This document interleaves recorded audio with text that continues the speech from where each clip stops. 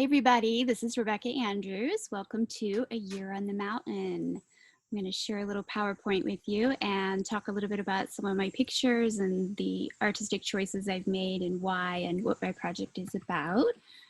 I'm going to hit share screen here and bring you to my PowerPoint presentation. So I'll just briefly read the description here. A Year on the Mountain is a fine art project that tells the story of my connection to and interrelationship with the Rensselaer Plateau area that I call home. It relates a deeply personal, diaristic journey of living into the seasons and ecosystem while exploring the timely and universal themes of emplacement, nature connection, and environmentalism. The body of work is intending to promote the viewer to contemplate their own interrelationship with the ecosystem, eliciting a primal longing for rewilding and mutual nurture and spine for the earth. Each image is created to tell a self-contained story through use of symbolic elements of nature, landscape, and the artist, me.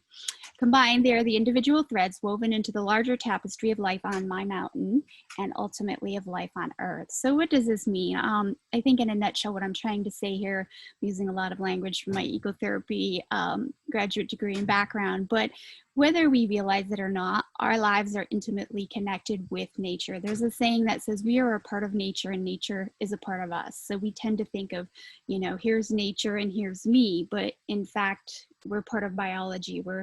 We're animals, we're living beings, and we are related to the ecosystem. Everything that we're doing, every choice we're making is having an impact on the earth, and the weather patterns and everything happening around us has an impact on us. I could get into all sorts of fascinating studies on that, but let's turn to the pictures here. So I have opened my body of work with this picture that I call Home Sweet Home, and I decided to begin in autumn mainly so that I wasn't ending on winter.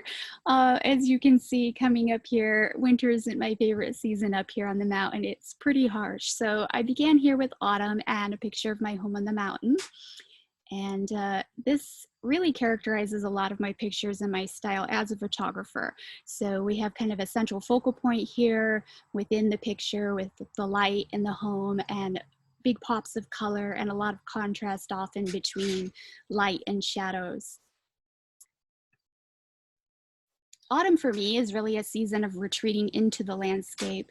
So, you know, kind of cozying up at home and just getting into the woods and enjoying the light and the changing colors. And as my work progresses through the season, sorry, I'm being buzzed by mosquitoes out here, they're terrible. Nature connection at its finest.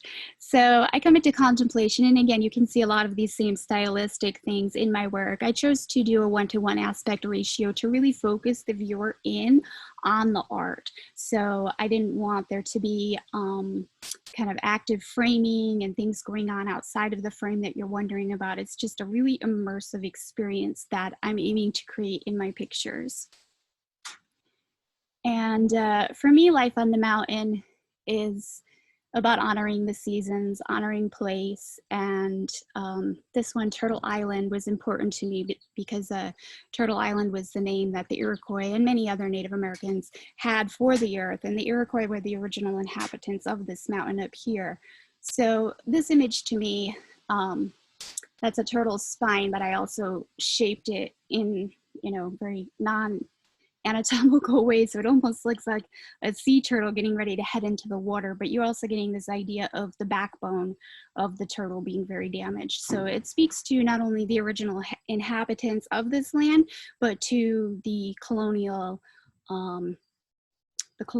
attitudes and the damage that largely white people have done to the earth. From here you come to a view from the mountain. So this is just looking out over the landscape. And from there, I start to shift into some winter pictures. And, you know, winter starts off nice and cozy and, you know, it's a little bit lonely, but we're focusing on cozy and woolens and happy and, you know, trying to make the best of it and get out snowshoeing. And then inevitably, this is about where January finds me on the mountain every year. 3.5 feet of snow. I mean, it is literally up to that window on the door, and it starts to get really intense up here. This one, Getting Through Winter, is probably one of my strongest images. I think there is a lot of poetry to it. There's wonderful lighting. It's very poignant, a very intimate space, my bed, my bedroom, looking out on the landscape, very shadowed. When I created this image, it really was one that percolated in my mind for a long time. I found the bird, actually my dog found the bird on the side of the road, and I thought, maybe I can use that in a picture somehow, but I just walked by, left it there. And also I had been looking at the way the winter sun came in through that bedroom window and thinking, you know, this is really beautiful. Maybe there's some picture here. But the two ideas didn't connect for the longest time. And I took some pictures of the bedroom window, and, you know, the lighting was pretty, but they were missing something that was important, and I wasn't sure what that was. And then I don't know when it was, but suddenly, you know how ideas are, they just suddenly pop into your head and you're like, oh, that's what needs to happen. And so the bird, fortunately my dog was able to find it a second time buried in the snowbank at the side of the road. And, you know, then this picture was created, and I feel like it really represents my attempts to get through winter on the mountain up here. This is another one, just playing with the interrelationship with landscape, with what's here. I try to kind of skirt this line of being depictive and also being sort of constructed. You know, I'm not just showing a landscape, I am constructing a wider story of my relationship to the land, to home, and to place. Aftermath of Winter 1 and Aftermath of Winter 2 are kind of meant to be viewed together. So these two pictures, I was kind of playing with the ideas of death, but also the ideas of, you know, sayings we hear like, get a backbone, or you have to really have a backbone to make it up there, and just how hard that can be in the winter. This is one of the first images that I ever took for this project, and it has stayed with the project throughout its evolution and expansion, and, you know, all of its different stages. So there are actually legit scientific studies that look at this bioelectrical connection when our skin is in contact with the earth, and how that has a positive biological effect on our mood and our body and all of this. And it's completely fascinating.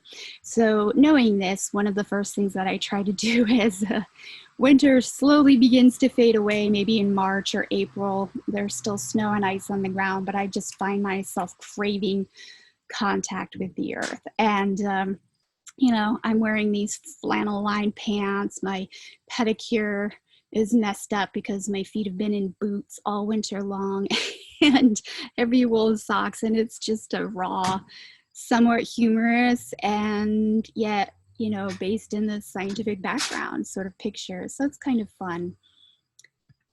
This is called Snow in April. I want to point out my finger.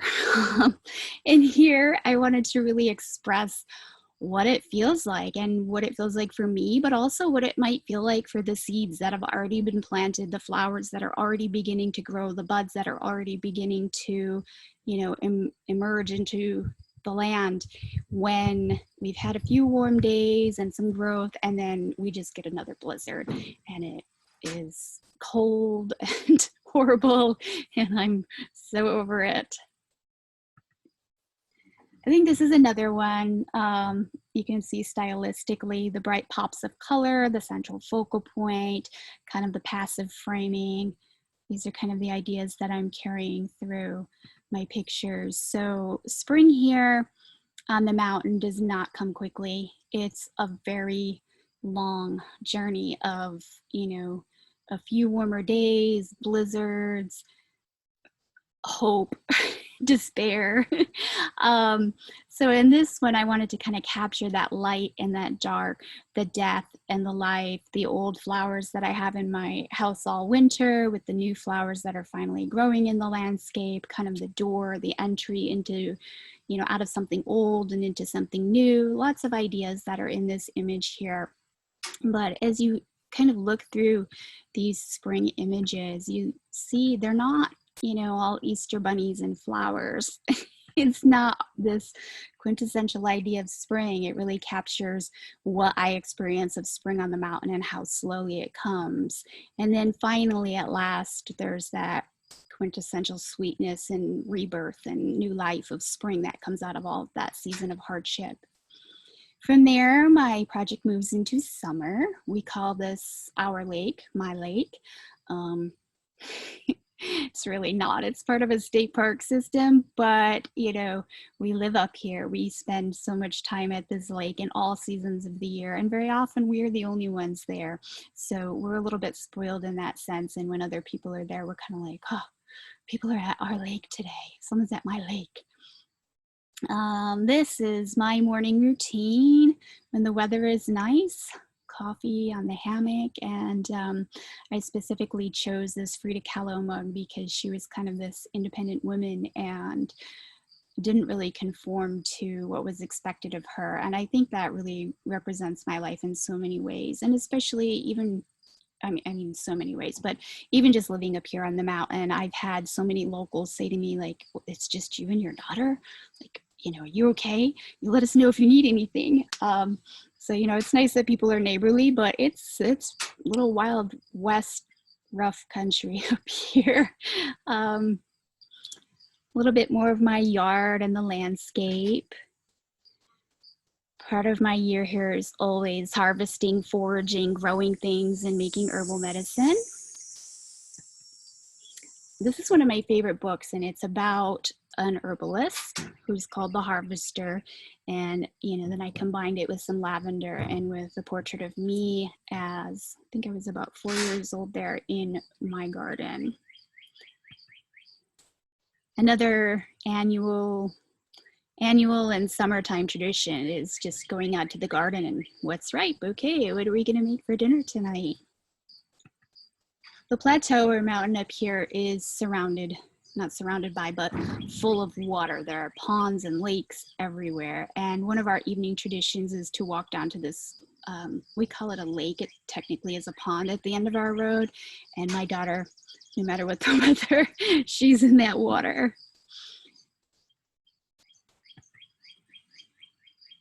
This is alluding not only to the people who vacation up here in the summer. We joke, we'll see 5 cars go by in a row on the road and be like, oh, it's, you know, a lot of traffic today. People are up here vacationing. So it's an allusion to that, but it's also an allusion to the next chapter in our lives. We just purchased a camper, and it's an allusion to, you know, where this project is evolving into. So I'm not going to say much about that now because it's still an evolution. Lughnasadh is a Celtic holiday. It's celebrated typically around the 1st of August, and it's about the first harvest, but it's also about the season beginning to shift and a little bit of coolness coming in and the days getting shorter. My dog photobombed this one. I kept telling her to get out of the picture, and I was so glad she stayed. And then right now, I'm ending this first chapter, A Year on the Mountain, with sunset from my new deck. And this is a significant picture to me because when we bought this fixer-upper up here, our entry was leaning, we called it the haunted house. It was bad, like, I mean, as bad as you can imagine bad. So we finally got that all turned down and this beautiful new deck put up last summer, and we get to enjoy these spectacular sunsets from it. But it's also kind of like a sunset on this current chapter of my body of work, and, you know, an allusion to a new dawn coming. Thank you for tagging along to take a look through some of these pictures. And if you have any questions or want to contact me, you can go to my website, RebeccaAndrewsFineArtPhotography.com. Thank you.